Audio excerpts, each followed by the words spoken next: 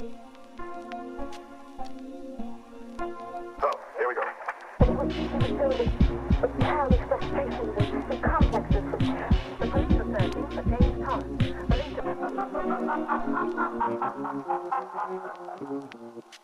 Hello, hello, hello. You're listening to Midnight Movie Gang. It is currently 5:36 p.m. Night Movie Gang. My name is LC. My pronouns are he, him, and I'm here with... Court, they, them. But yeah, so for those of you just tuning in, if this is a... sorry, I'm already... It's been a while since we had you on. That's true. Rock and roll. Today we're here to talk about Shelby Oaks. For those of you just tuning in, if this is your first episode, which, hey, this could be one. This is a movie people talked about that you could jump in on. We're talking, this is a show where we talk about horror, sci-fi, cult classics, lesser known cinema, the vibe of like falling asleep on the couch at 3 a.m. watching Tubi documentaries. That's the my personal vibe that I've been. The Tubi documentaries that I have just walked in on just seeing, you know. I'll be on my way into the bathroom and I'm hearing like, and this is how we wrote this particular scene in this obscure movie you've never heard of. I know, I love it so much. I'm happy for you. It's been yeah. Folks at home, check out the documentaries on Tubi. I've been putting them on while cooking. It's really good, like background noise for cooking or doing chores or whatever. Yep. I'm sure you're gonna watch one after we record. Oh, 100%. Definitely. Well, I have a different background movie in mind actually. But yeah, so today we are talking about Shelby Oaks. Shelby Oaks is a 2025 American supernatural horror mystery film produced, written, and directed by longtime YouTube movie reviewer Chris Stuckmann. And I want to say the reason why we sound like this is because I got the flu and then LC got the flu. Yes. So I'm very sorry for how we sound. It was a real flu-y Christmas. Ugh. Don't get sick through the podcast. And if you're sick and you go to work, wear a mask. Yeah. Be kind. Think about the folks around you. Think about others. Exactly. Be very kind. And likely, I mean, I've been hearing a lot about this flu going around, so it's very possible if you're listening to this, you also have the flu. Well, this episode's not coming out till about 2 weeks after. It'll be another wave. Another wave. Yeah. So at the very least, you were sick during this time. Right. So, that's a bad picture. My man Chris Stuckmann, just on his Wikipedia page. So yeah, before we break into the movie itself, just wanted to ask you. I have a feeling I know the answer to this, but just to get a little bit of your background. So like, what did you know about Chris Stuckmann going in? What were kind of some of your expectations based around that? Like, I know that you have some some like pre-existing notions about him. Just, I guess, what were you feeling going in particular in correlation with the filmmaker? Yeah, no, that's such a funny question for you to ask me. Well, I didn't know anything about like movie YouTubers until we got together, and then I just see them on in the background. You watch them while you cook, or like sometimes when I come home from work, like you'll be watching one, like you put it on in the background of things. I've been following most of these guys since like middle school, right?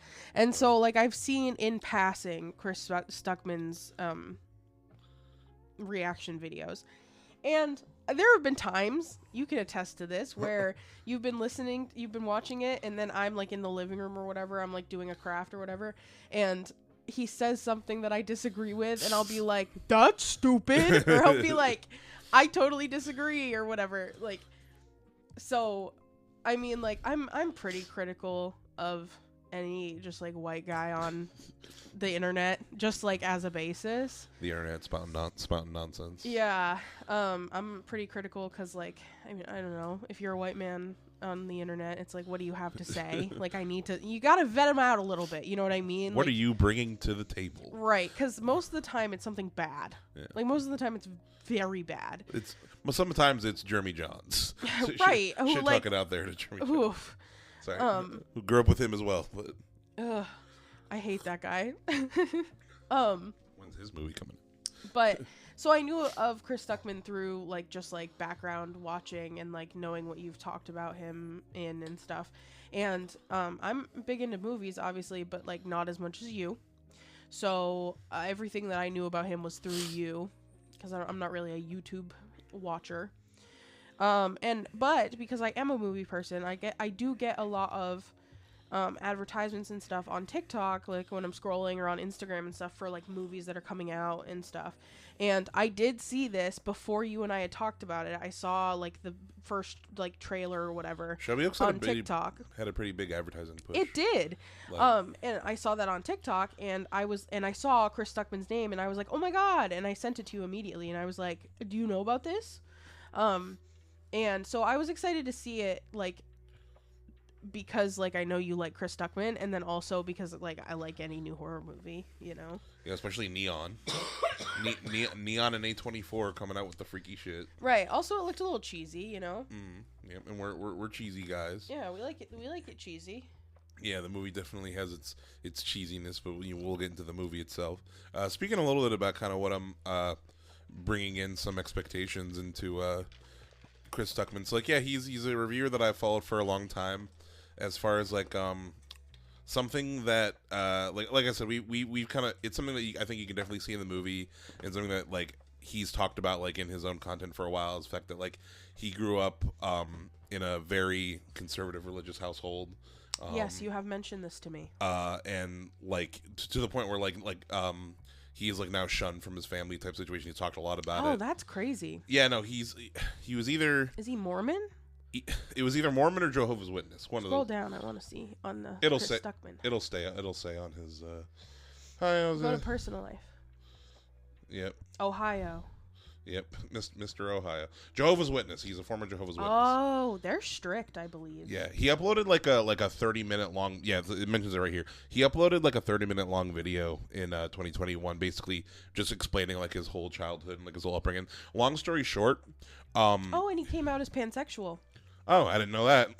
Go, Chris. That's cool. But long story short, like with some of the stuff there, he in that video, so he started reviewing movies on YouTube like in late high school, and some people in his Jehovah's Witness community, basically like there were certain reviews, certain movies, certain things that they like would tell him to like take down or whatever, and he that's just such bullshit. and he just like wouldn't. Yeah. And that kind of started like the initial conflict between, you know, and it's like a whole thing. But the point is, like, I feel like his complicated history, like with religion, and you can see a lot of that influence in, I think, like a lot of the occult and religious elements in Shelby Oaks. Also, like a lot of the movies that he's a fan of, because you know another filmmaker that he's a huge fan of, that I'm also a huge fan of, and this is like something that like is a big reason why I think Chris Stuckmann is somebody that like I've consistently followed through the years, is that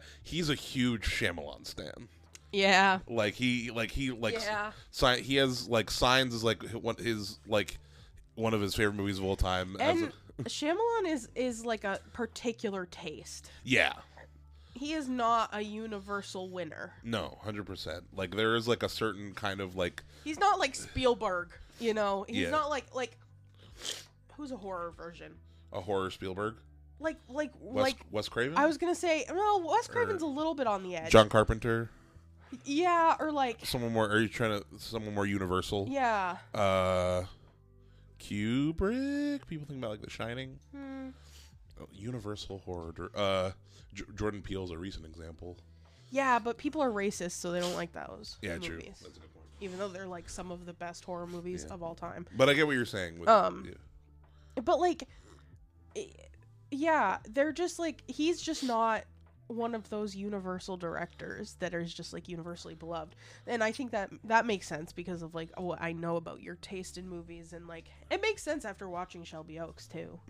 Yeah, no, there's like a lot of there's a level of cheesiness to it. There's a level of like, this is not based in reality. Like they didn't stumble upon this house. Like not this shit didn't happen. You know? Yeah, no, like it's very much like this is a fun ghost story. The wolf situation in this movie actually did remind me a little bit of the, what the fuck are those things called in that water movie? Lady in the Water? Yes. The scrunts? The glorblots. the something. It's something so dumb. I think the grass dogs are the scrunts, and she's a fucking wait, I gotta look it up now. Wait, hold it. I think scrunts is right. In the water. Yeah, but her species has a dumb name. Looking up, folks at home, looking up Lady in the Water on Wikipedia. What the fuck? She's a narf. And are they scrunts? She's a narf. The scrunt. Yep. Yes. Yep. And the scrunt. The scrunt is narf leader. The scrunt is plural. Like the scrunt. That is the name of the whole race. Not the scrunts. Oh. But the scrunt. That's stupider. that's that Shyamalan detail right there. Oh my god, and her name was Story. Yep. Okay, when I was a little kid, I was super into creative writing. And I was super into creative writing as a little kid, and I would make up the dumbest stories, and I would name like the characters, like it would be like Sapphire, and it would be like about a girl who like ran away and like lived in the wilderness, you know? That definitely is a similar level that Shyamalan was operating with. Yeah. In Lady in the Water, for sure. Literally. Once he figured out that he was going to name her Story, it was like, you know that meme where it's like writing fire on the page. Yeah. Yeah. Yeah. So no, but like as a filmmaker, yeah. So like that Shyamalan connection, but I think a part of it too. Just bringing up like a religion again one more time. It's a thing where it's like, you know, Shyamalan's movies also deal with like religion and just like, you know, one's personal faith and stuff. And I think that's another reason why Chris was like attached to those movies. And the reason I bring it up is because I see a lot of like Shyamalan-isms in the filmmaking of Shelby Oaks for sure. But yeah, and so no, just like it's something. It's like as a filmmaker, I've been interested to see what he, you know, he announced that he's working on this movie in 2022. It initially started with a Kickstarter. That like he raised like I think it was like it became the most successful like Kickstarter film. Like he raised over $500,000. That's pretty sick. And then once I remember reading basically he had a rough cut of the movie that he was selling to festivals, and he eventually got bought by Neon, and then Neon paid for some reshoots. Some like more expensive reshoots, like higher productions, which I feel like you can see in the movie as far as like I feel like there's definitely a clear thing where it's like this is like the YouTuber movie, and then it's like, oh, you got some like Hollywood money to like make your movie at a certain point. But one last thing I want to mention with kind of Chris and what like I feel like a lot of the people are bringing into the critique is because this movie overall has gotten pretty like mixed, I'd say mixed and negative reactions thus far. I think that's because people don't have any whimsy. people don't have fun. Yeah, because this is fun. It's a little bit fun. It's a fun little horror movie for sure. But one of the things that I've seen people complain about, or something that people are bringing into it that I'm curious to hear your opinion on. I was trying to explain it to you the other day, actually. But long story short, so around when Chris started working on this movie, right? And so he's been a YouTube movie critic for over a decade. Well over a decade. When he started working on Shelby Oaks, he released this video, made this announcement, and he changed this thing about his content. He no longer does negative movie reviews, and by that I mean like he stated, if there is a movie that I have like that I think is like not a good movie, that I have like significant negative opinions about, I will not review it. I will not publicly critique it. And at the time he said, because, you know, I'm going through this process of making this movie, like I see how hard it is, how hard artists like struggle to like make their content. And I don't want to like negatively cast any light on somebody's art that they like worked hard on. Oh, that's that's fair. That's so around when he started working on Shelby Oaks, he made that. And a lot of people, and like I've seen some of this rhetoric come up in like other like negative reviews I've seen of Shelby Oaks recently. A lot of people don't like that. Why? So the common take that I hear is basically like, long story short, critique is a part of being an artist, in the sense that like, you know, like people think that like that attitude is kind of disrespectful to people who like want to improve in their art. And like being open to like critique, and even in particular like harsh critique is an important part of like that iterative process of like becoming a better artist.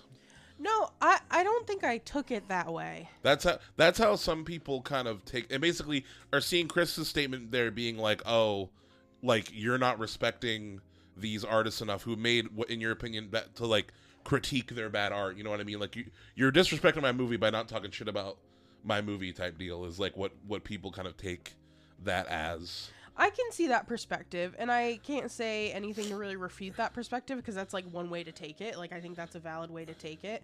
The way I took that, just off rip, is just that, like, now that he is on the other side of it and he sees how it is, he's making a concerted effort to just, like, not knock anything down.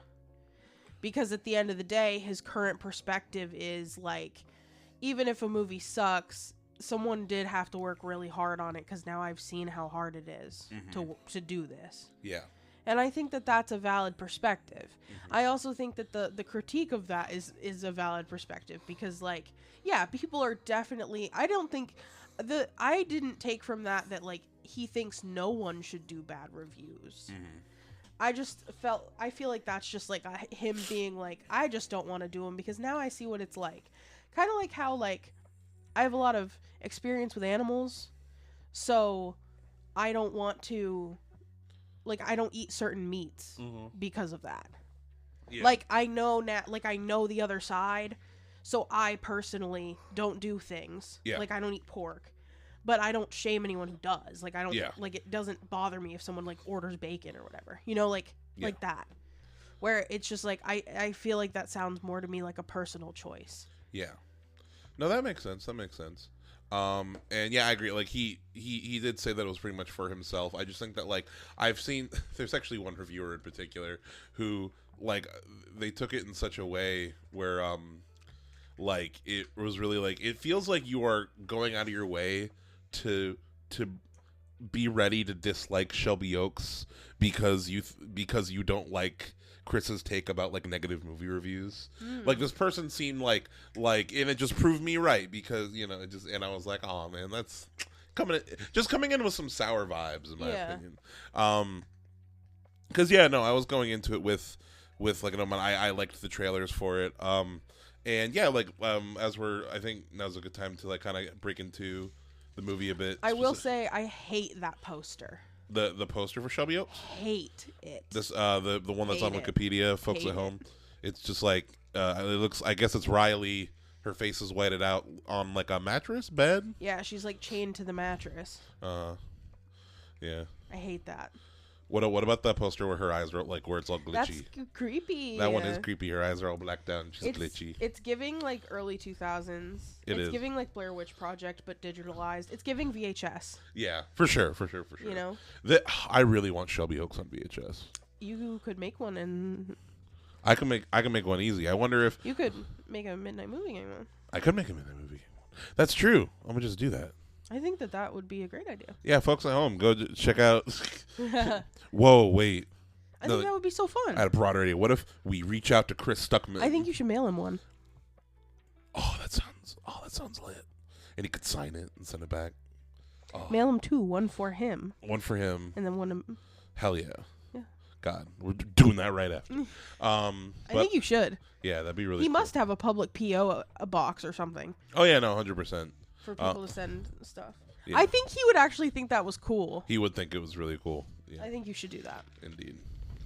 Chris, if you're listening. Yeah, long story short. Yeah, no. I just wonder if, like, death. Here's the thing. I think Death by VHS is just gonna have a cooler cover. You know, like. I think you should do it. I shall. So breaking into the plot of this movie a little bit. The first, like, I'd say 15-ish minutes, and I didn't even know if, like, the whole movie was gonna be, like, when we started it was like, is this whole thing? Trigger warning for sexual assault. Oh yeah, no, big time. Big time. Yeah, big time trigger warning for sexual assault. Especially in a lot of it, folks, if you're home at the third act. A lot of it, the third act, the ending of this movie, it's like a heavy. Reminds me of another movie, actually, but this other movie did it a lot. We'll get into it. But yeah, so warning about that. And I'll put it all over the episode description too.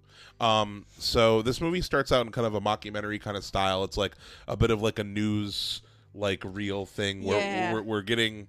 We're basically in Shelby Oaks. In Shelby Oaks, we're getting this news story about this group of in like, it's like 2011. Yeah. In 2011, this group of fucking paranormal millennial YouTubers. Millennial 20-year-old BuzzFeed ass YouTubers.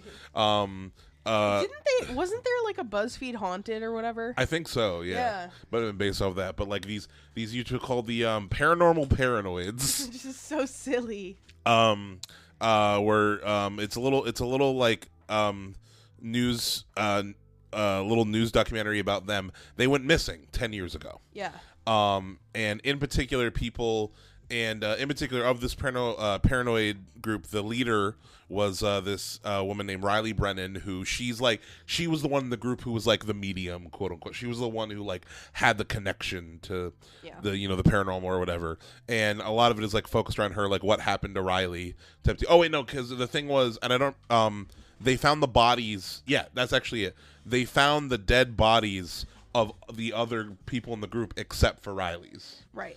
And that's like the whole thing. It's like, where is Riley? She's been missing for 12 years. We get this whole opening with like interviews with like different characters, and like in that we get introduced to Riley's sister and stuff. And it's like a long, like kind of creepy intro where we're getting like all this found footage. Kind From lots of perspectives. Yeah. What do you think of the opening here?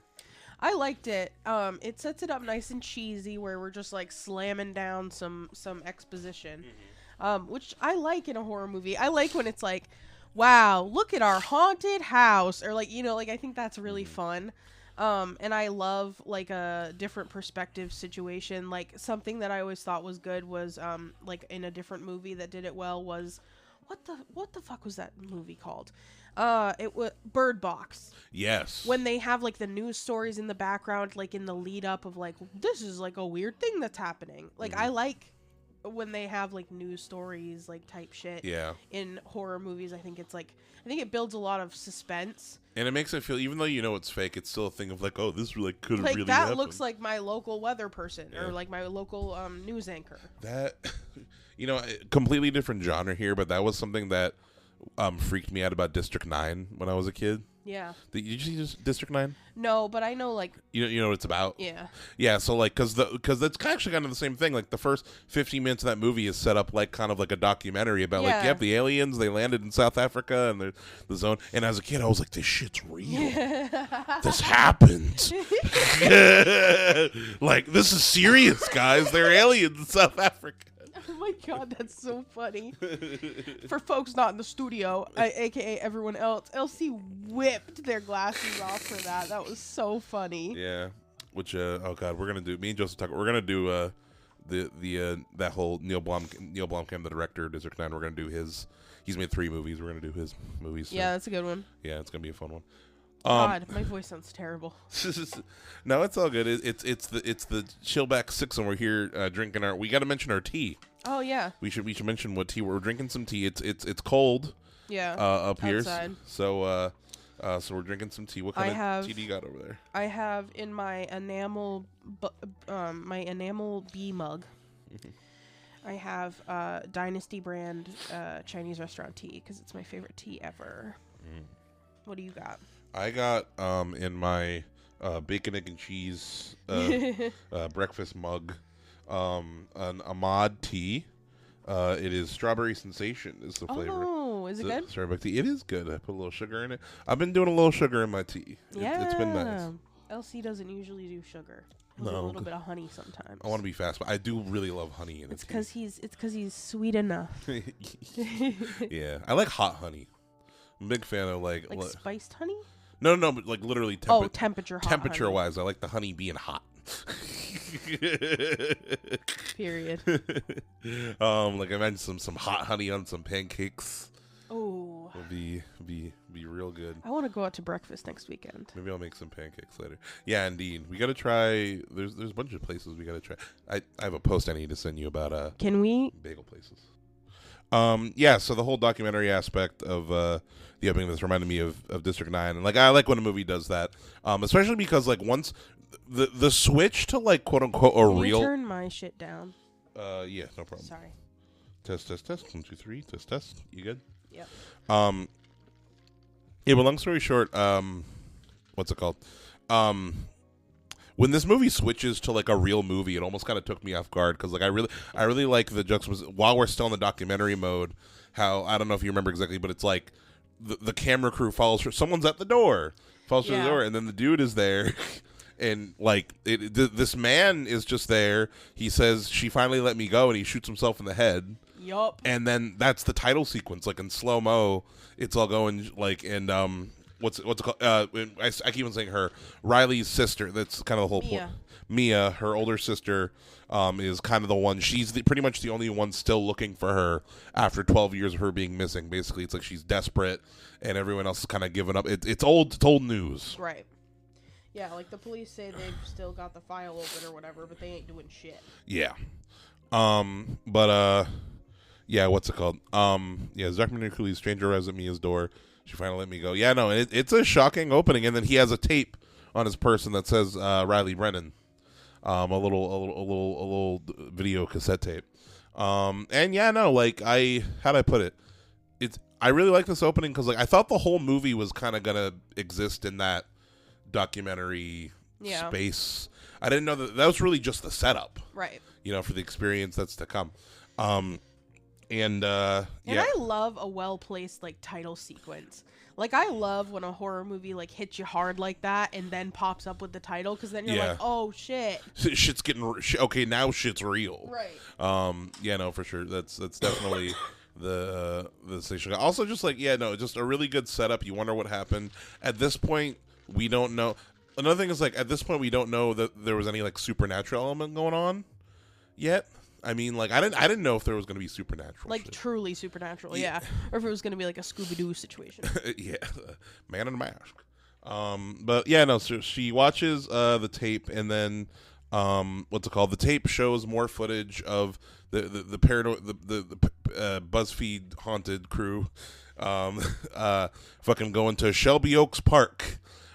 Which basically, like finding out that's like the last place that they disappeared to was this little ghost town in Ohio, Shelby Oaks, in the corner of Dark County, which that was another one that was funny every time they said Dark County. So silly. Pretty on the nose. And long story short, I don't think it's a big thing to say. Like we lived in Ohio for a while, so it was like we saw all these Ohio things that we were familiar with. Yeah, it was really funny.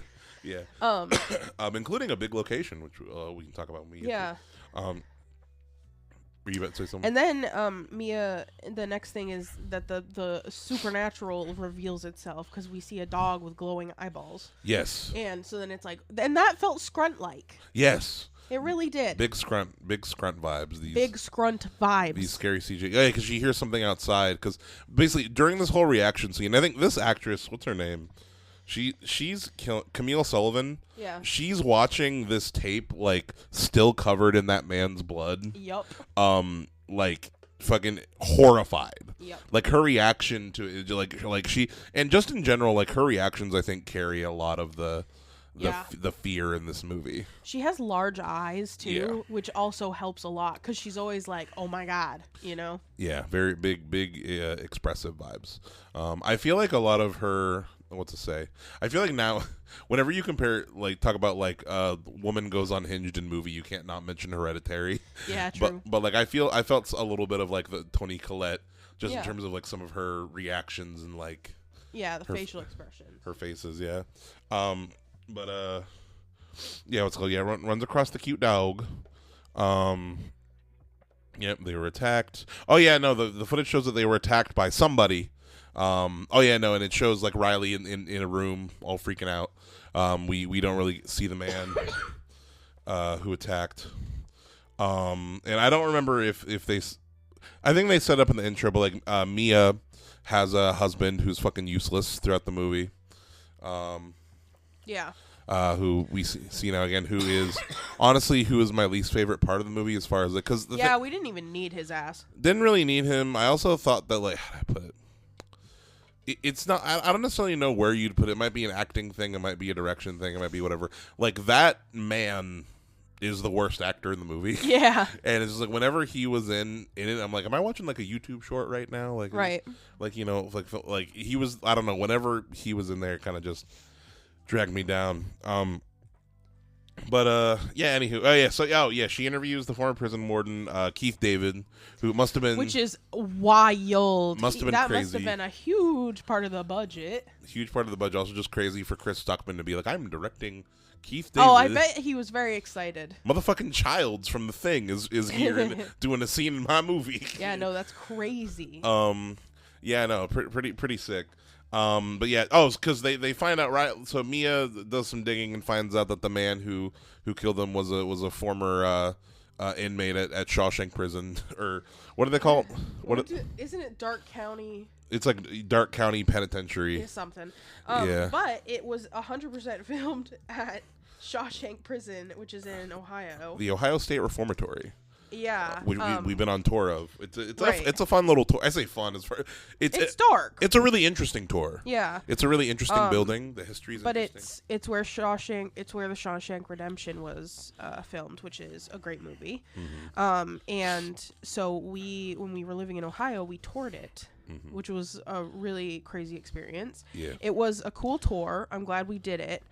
But the energy of that place is fucking wild. Oh yeah, no, you can feel like the just bad. The bad vibes. And not because there were prisoners there, but just because of the torture, the absolute torture that they went through.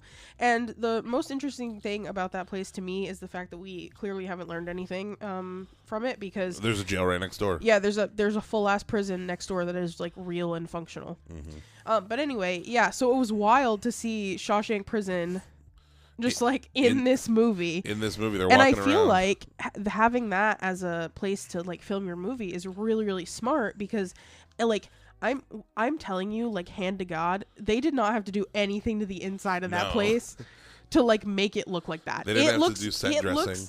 I mean, Google it. Google the actual Shawshank Prison, folks at home, and you'll see that it literally looks exactly like that, like chipped paint and all. Like, it looks exactly like that. Yeah, real fucked up vibes. So that was really smart to film there, because I feel like that was probably fairly affordable. Mm-hmm. Oh yeah, no, for sure. Also, just like I'm sure that, especially compared to having to like build stuff like that. Yeah, I'm also sure like him being an Ohio boy and like yeah and whatnot. Ohio boy. You know, just like a home, you know, like a home Ohio staple, you know. Yeah. Yeah, but what's it called? But yeah, no, she interviews him, and then yes, what's it called? Is that when Mia? Yeah, Mia goes to the prison. Let's see first. Oh yeah, first Mia finds the books amongst Riley's belongings. She becomes convinced that Riley was a victim of an occult ritual. We're slowly kind of getting into the occult energy, like more of that kind of conversations going, which also is a thing. It's like a lot of, Chris Stuckmann, I think he's also said like he's a huge fan of The Exorcist and like Poltergeist. Religious and, like, horror aspects. No, for sure. But yeah, so yeah, she goes to the prison, and scary. And then we're kind of jumping around here, but like the movie also kind of jumps back and forth in time between like flashbacks to Mia and Riley's childhood as well. Oh, my bad. To Mia and Riley's childhood, and like there's this a little bit of a repeating like a little bit of motif where like the demon man standing outside the window. Yeah. Which that's another thing too, is that the demon man, I think on paper, like if you there is like spoiler, there is like a demon man who is like the demon in question that we like see, and I think that in like the way he is shown in this movie is really like he's mostly in the darkness. Yeah, he's very detailed, but he's like always in the shadow. He's always like in a corner or through a window or whatever. And I think that like that helps him stay a lot more scary and not necessarily look as like, because I bet if you saw that costume in like full light, it would look kind of cheap. For sure. But like how haunted houses always have dim lighting. Exactly, yeah. The dark helps a lot. Yeah. I think in general, just talking a little bit about I think it's not necessarily like a scene thing. I think that as a director, Chris has a really good understanding of what makes good suspense and good horror. Like a good spooky atmosphere. You know, because this movie doesn't really have a lot of jump scares. Yeah. It has like a lot of like good build up, like scary, so like where at no point do the characters feel safe, you know what I mean? Right. And I think that's like an important aspect to kind of like have in your horror movie. I think Chris does it well. Yeah, so blah blah Wow, like this Wikipedia description is short. Yeah, she goes to the prison. Oh yeah, she gets chased by a hellhound in Shawshank. Yeah, that was cool. Chased by a spooky dog. She definitely waits. She hears the spooky dog and she's like waiting outside the prison door for too long. Like the we also have to mention that. Can you turn my volume down? Sorry. I'm just yelling. I'm yelling. My bad. When she rolls up to Shawshank Prison, it's like they do use CG to make it look like all grimy and stuff. Yeah. Which is kind of funny. Like it's a dark and stormy night. Right.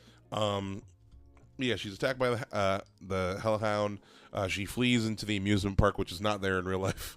Yeah. The Shelby Oaks amusement park. Scariest place to go. The scariest place. And she finds a little tiny house out there. And there's this old woman named Norma who lives there. Who's in the fucking dark and is talking to her, and the whole time I'm just sitting there like, nope. We don't trust Norma the whole time. And you know what's funny? The moment, like, Norma, it seems like she's got, like, bad mobility. Like, she's walking she's got arthritis or whatever. You know, and I'm just like, no, you don't. Yeah. Like, and then all of a sudden she fucking stands up. Exactly. Then there's a point where, like she's bending down, getting back. I'm like, yeah, you're fine. I knew you were faking. But yeah, so, what's it called? Norma is just this creepy woman who lives in this creepy house with no electricity. With lots of black mold. Nasty. She's got crackers, though. Want a cracker? And what's it called? While she's in Norma's house, Mia finds like it's a photo album of so the man who killed himself at the beginning of this movie, saying like she finally let me go. Miles is revealed to be the son of Norma. Not only that, he seemed to have been the host of the demon man in this movie. Like he was possessed, and it's revealed, like we speaking about the sexual warning, that like I guess over the course of the last 12 years, Riley had been repeatedly raped by Miles, this cult energy, in order to make a demon baby. Yep. And she has lots and lots of miscarriages. She has lots of miscarriages. And earlier in the movie, you see like the little gravesite outside the house. Yeah. Of all the miscarried, fetuses. And yeah, no, it's a fucking crazy reveal. It's fucked up. Yeah. It is a thing though where it's like how'd I put it? There is another movie that, spoiler alert, I've told you about this movie that has a very similar kind of twist. Mm-hmm. At the ending, like, I don't think I've told you exactly. We talked about Don't Breathe, right? You remember me telling you about Don't Breathe? Yeah. Don't Breathe has a very similar kind of ending. Similarly, like, kind of fucked up and sexual in nature. But I think that Don't Breathe crosses the line like more than Shelby Oaks does here, in the sense where it's like a rape does not occur, but it gets damn close in Don't Breathe.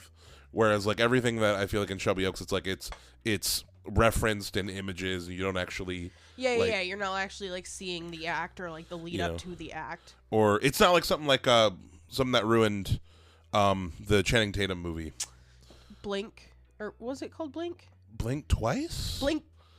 Was it Blink Twice? Zoe Kravitz originally wanted to call that movie Pussy Island. I remember that. I know, yeah. I think it was Blink. I need to double check. I'm pretty sure it was Blink Twice. We're Googling a lot of things today. What? We're Googling a lot of things today. Yeah, Blink Twice. Yeah, so no, just like a lot of it is just like, this review. Yeah, because there was just like such graphic rape violence at the end of that movie that it was like, whoa. Yeah. I also feel like another thing with this, though, is that like that itself is not even necessarily like as far as the twist goes, because then when we find Riley and she's fucked up, we find out that a baby has happened. Yep. And like as far as like Riley is like so clearly traumatized, but immediately she's like, I'm gonna kill that baby. Yeah. Exactly. Which, she's an extremely traumatized person who's been, like, insanely abused for 12 years. Yeah. No, it's fucking... This actress who plays Riley also does a great job. She's in the movie less. Like, her and Mia... And they also look like sisters, is another thing, too. Yeah, like they do. They do. Yeah, so we get a bit of a final boss fight with because Norma's trying to do some ritual. And Norma is like possessed by the demon. Norma's possessed by the demon. She's got some magic. Her and Riley fight off. What's it called? Yeah, Riley seizes a fire poker, goes upstairs. Norma incapacitates Riley before blood ritual. Yeah, she does a ritual. She does a ritual, which I guess works. Actually, it does work because I'm trying to remember what exactly happened. They pass out. Norma dies from the blood loss. Yep. We get kind of sorry, my leg keeps on hitting the headphone cable. We get kind of a bookend with like some more news footage where it explains like Riley has been found. It's been a hard, time, but we're coming together, and Riley she's like feeding her with a spoon and shit like the movie Weapons. The movie ends with like her, like they have her in the same room as the demon baby. She gets a pillow to try to kill the kid.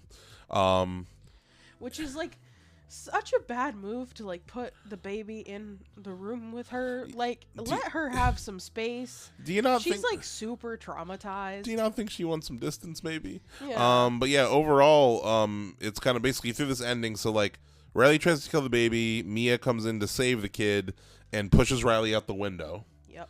And we kind of see in the background, like we get like through more flashbacks, like the demon man is in the background, puts his arm on Mia's shoulder, and kind of like the real twist is that Mia is the one who was supposed to raise this kid. Yeah. Like the demon like was coming after her too. Yeah, and like there's that whole thing where they're like, at the end she says like, oh, like the demon, I realize now what the demon was like looking through the window for. Yeah, was looking at me, being like, auntie. Yeah, literally. Yeah. And Tyrion behind her and appears behind her, and Mia's eyes glow and she screams, and that's the end of the movie. And it's a spooky little Halloween tale. I like it. It's a fun little movie. I think it's a thing where it's like I don't think it's perfect. No. I think that I think I gave it 3.5. I think I gave it 4. Yeah, I think, and at 3.5 might seem harsh in the 4 sense stars. I mean. Yeah. I think that there are scenes in this movie that I think are like really excellent. Yeah. Like I think that there are some scares that are like in the 4.5 range. I just think that as an overall movie, it kind of like, this might sound stupid. Like, and I hate when people talk like this. It's like it feels kind of like a series of spooky scenes rather than like a movie, if that makes sense. Yeah, that's fair. Like it's pretty predictable. And I liked the final twist, though. I thought that was fun. It was a little Shyamalan-y. Yeah, no, for sure. No, it may be like my opinion on it will improve more over time, but like overall, yeah, like I think I'm coming into it too with I guess a little bit of not bias, but like it was a good first try, a really good first try. That's fair. And I'm excited to see what Chris Stuckmann does next. But yeah, no, I liked that it was low budget too. Yeah, no, 100%. It had a budget. I think it's cool. It had a budget of go down.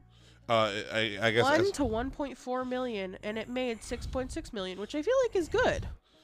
I think it was considered. I think at that cost, it's considered a bomb. But I mean, it did make its money back. So.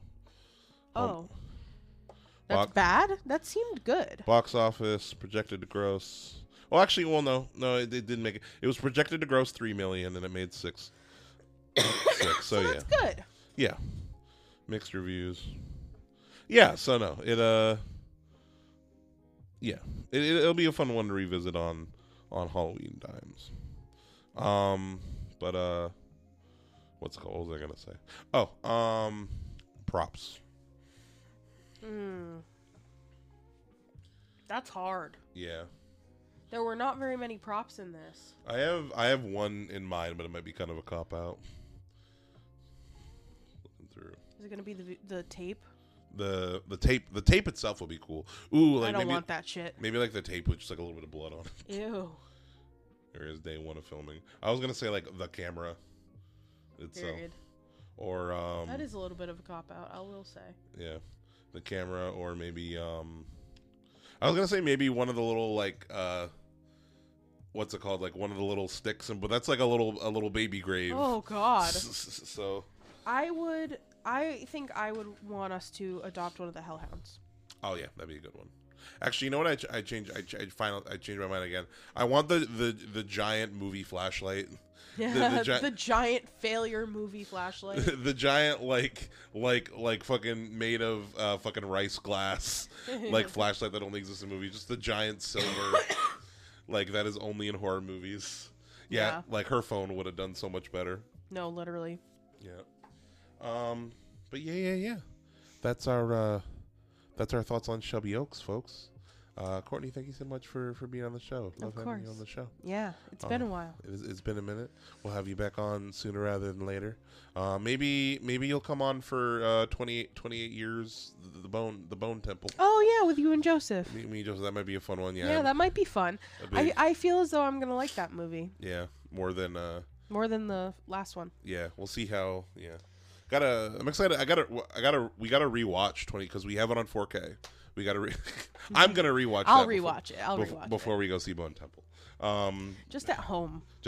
Where I can fidget and I can and pause and go to the bathroom and make a snack. Yeah, literally. And craft. Exactly. Where I can crochet. Yeah. But yeah, no, thank you folks so much for listening. Please check us out at www.midnightmoviegang.com. Buy some VHS tapes. We've sold 3 so far. Which is awesome. Enter the video store there. Yeah, no, please check us out on Instagram at Midnight Movie Gang Podcast. YouTube, same thing. Getting close to 400 subs, so go on there. Sub if you haven't already. And yeah, thank you so much. See y'all and hope 2026 is going well for you. Yeah, I hope so. Be there soon. Have a nice night. Goodbye. Bye.